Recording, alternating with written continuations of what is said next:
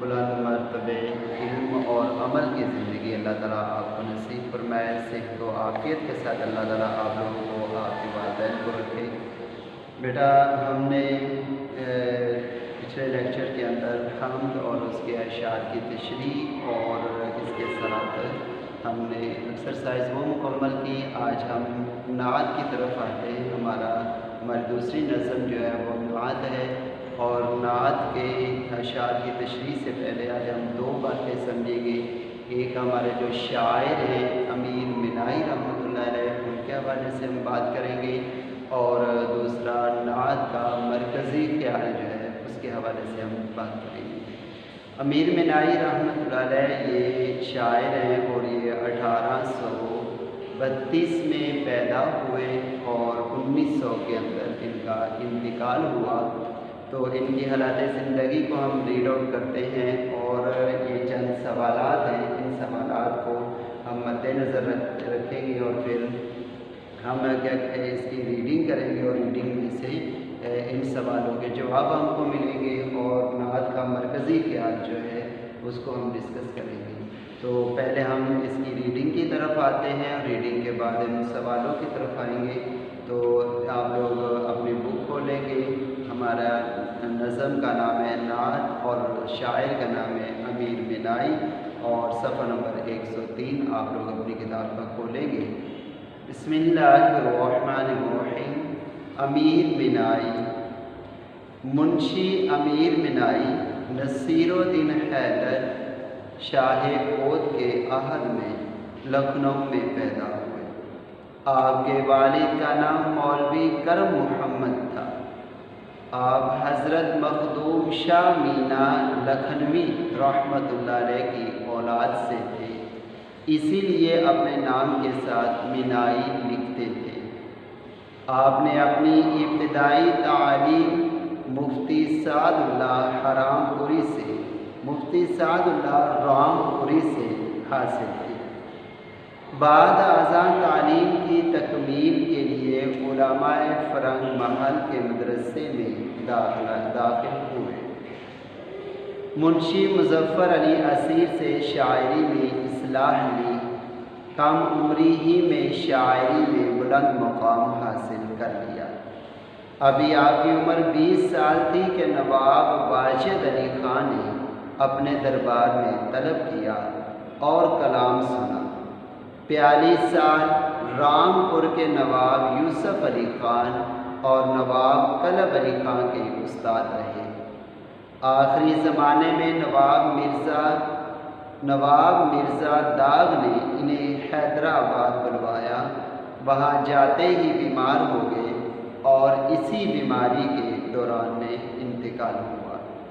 امیر منائی کا شمار اپنے عہد کے قادر الکلام شاعروں میں ہوتا ہے۔ انہوں نے تمام اصناف میں شاعری کی، مگر غزل اور نعت کی طرف زیادہ رجحان رہا۔ آپ کی شاعری زبان و بیان کی خوبیوں اور فکر و خیال کی رعنائیوں کا مجموعہ ہے۔ ان کی نعتوں میں اوراد کے مقابلے میں آمد کا رنگ غالب ہے۔ انہوں نے محاورات اور صنائع کو اس عمدگی سے برتا ہے کہ کلام میں کہیں بھی تصنع پیدا نہیں ہونے دیا۔ انہوں نے الفاظ و تراکیب کا استعمال بھی محتاط ہو کر کیا ہے، اور حد الامکان سادگی اور روانی کا پہلو پیش نظر رکھا ہے۔ ان کی نعتوں میں درد و اثر اور سوز و گذار کی عمدہ مثالیں ملتی ہیں۔ ان کی تصانیف میں 2 عشقیہ دیوان، مرعات الغیب، صنم خانہ عشق، اور ایک نعتیہ دیوان محمد خاتم النبیشی شامل ہے۔ انہوں نے شاعروں کا ایک تذکرہ انتخاب یادگار کے نام سے مرتب کیا۔ ان کا ناتمام لغت امیر اللغات بھی ان کا ایک علمی کارنامہ ہے۔ یہ بیٹا ہم نے ان کے حالات کو ڈسکس کرا، ان کے حالات کو پڑھا۔ اب ہم ان سوالات کی طرف آتے ہیں۔ تو جو ہم نے ریڈنگ کی ہے، اسی میں سے ان سوالوں کے جواب بھی ہمیں ملیں گے۔ مثلا پہلا ہمارا سوال ہے کہ امیر مینائی کب اور کہاں پیدا ہوئے۔ دوسرا ہمارا سوال ہے امیر مینائی کے والد کا نام کیا ہے۔ تیسرا سوال آپ کو مینائی کیوں کہا جاتا ہے۔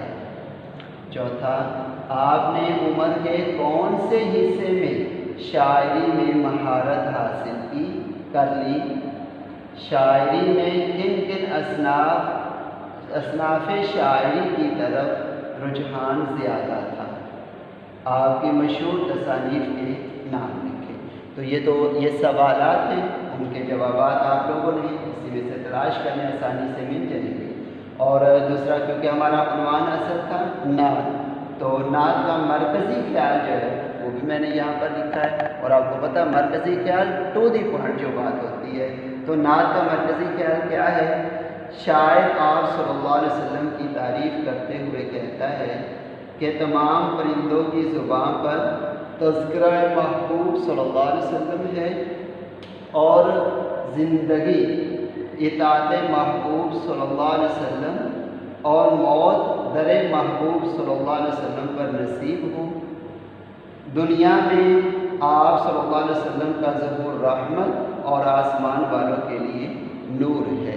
تو اس نے گویا کہ ان الفاظ کے اندر یہ سارا اس کا مرکزی خیال جو ہے وہ بیان کر دیا۔ آپ کا ہوم ورک یہ ہے، ان سوالات کے جوابات آپ لوگوں نے لکھ کر دکھانے ہیں، اور یہ مرکزی خیال یاد بھی کرنا ہے، اور اپنی نوٹ بک پر آپ لوگوں نے اس کو لکھنا بھی ہے۔ السلام علیکم ورحمۃ اللہ۔